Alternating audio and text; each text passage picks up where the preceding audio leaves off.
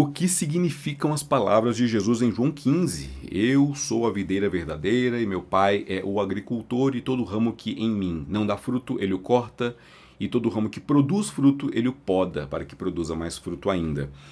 Como entender essas palavras? Foi a pergunta que eu recebi no Instagram. Eu estou respondendo aqui em vídeo porque demoraria mais do que um minuto e meio que eu tenho no Instagram. Então vem para cá. Bom, João 15 faz parte de um grande contexto.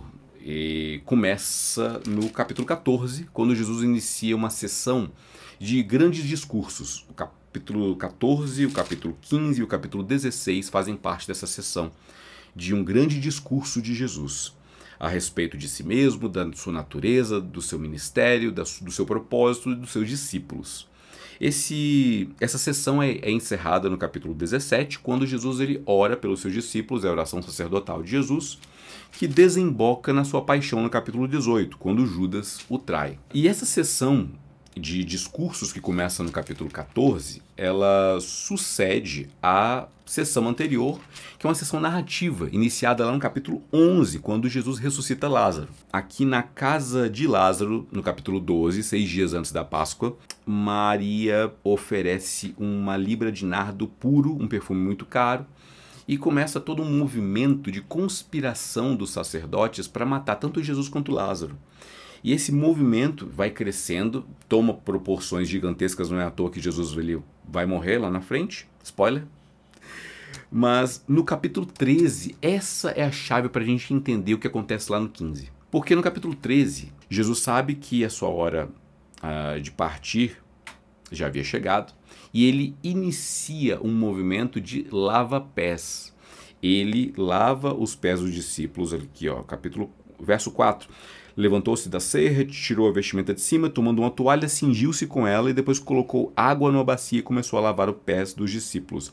E ele fala aqui, quando Pedro ele diz que não é digno, e ele fala, não podes lavar meus pés, eu tenho que lavar os seus. Jesus ele fala, aquele que já se banhou não necessita lavar, senão os pés, no mais está todo limpo. Ora, vós estáis limpos, mas não todos, pois ele sabia quem o havia de trair.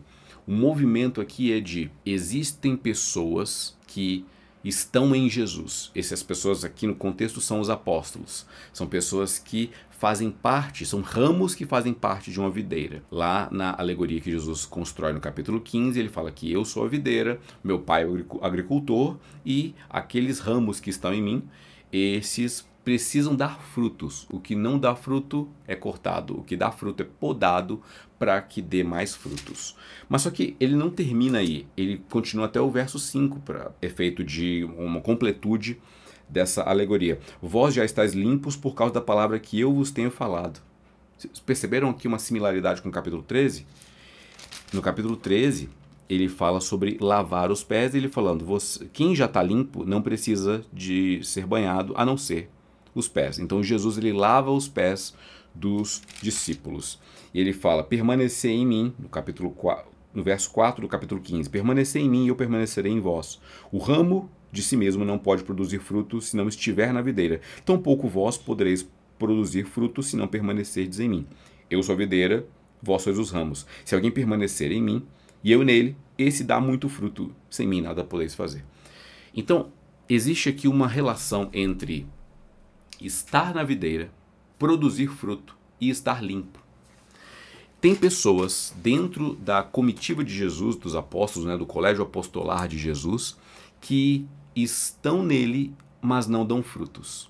E essa pessoa é Judas. Não é à toa que lá no verso 21 do capítulo 13, Jesus fala, tendo dito isso, perturbou-se em espírito e afirmou, em verdade vos digo que um de vós me trairá. Jesus está falando lá atrás sobre quem não estava limpo, Judas. Um que irá traí-lo, Judas. Judas está com ele na ceia. Só que Judas não permanece nele. Judas é aquele que é cortado porque não deu fruto. E o fruto é a fé. O fruto é a confiança, é a permanência, é a entrega total a Jesus. Quem está no corpo, aparentemente, quem vai à igreja, quem participa de alguma forma da liturgia, quem participa da vida cristã, mas não entrega seu coração, tal como Judas não entregou, esse é cortado. Esse não entra na habitação eterna, esse tem uma paga que não é de vida eterna, é de morte eterna. Então não importa a aparência de Judas é de alguém que faz parte da comitiva de Jesus. Mas esse é cortado porque não dá fruto. Não dá o fruto da fé, não dá o fruto da entrega, não dá o fruto da confiança plena no Cristo. Esse não dá o fruto de ter o seu pé lavado por Cristo. Esse não dá o fruto de algo concreto que somente alguém que está verdadeiramente na videira pode dar. E é o fruto da fé, é o fruto presente aqui no capítulo 15, um fruto que é podado. E aqui a gente precisa falar sobre o processo de santificação. Um processo de intimidade maior com Cristo que permite com que Ele, nessa relação, nos pode. Tire de nós aquilo que não é bom, tire de nós aquilo que, dentro da metáfora da agricultura, uma planta precisa ser podada para que abra espaço para crescer mais. Então aqui ressoa a frase de João Batista, que ele cresça e eu diminua, que eu seja podado para que Cristo cresça em mim, nessa relação agrícola entre nós e o Pai. O Pai é o agricultor, Cristo é a videira e nós os ramos, e damos frutos de fé.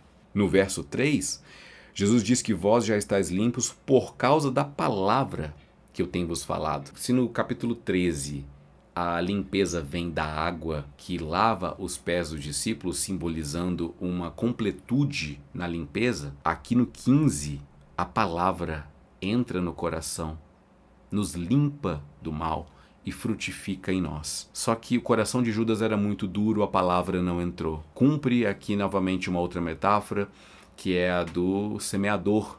É uma semente que cai em um terreno rochoso e infelizmente não consegue criar raízes, não consegue se desenvolver. O texto fala sobre permanecer em Jesus, sobre dar frutos, sobre ser podado, sobre os frutos que damos, inclusive, podem ser podados para que outras pessoas usufruam dele. Jesus nos ama de uma maneira tão maravilhosa que permite, por meio da santificação, por meio das tribulações, por meio dos problemas que temos, que demos fruto.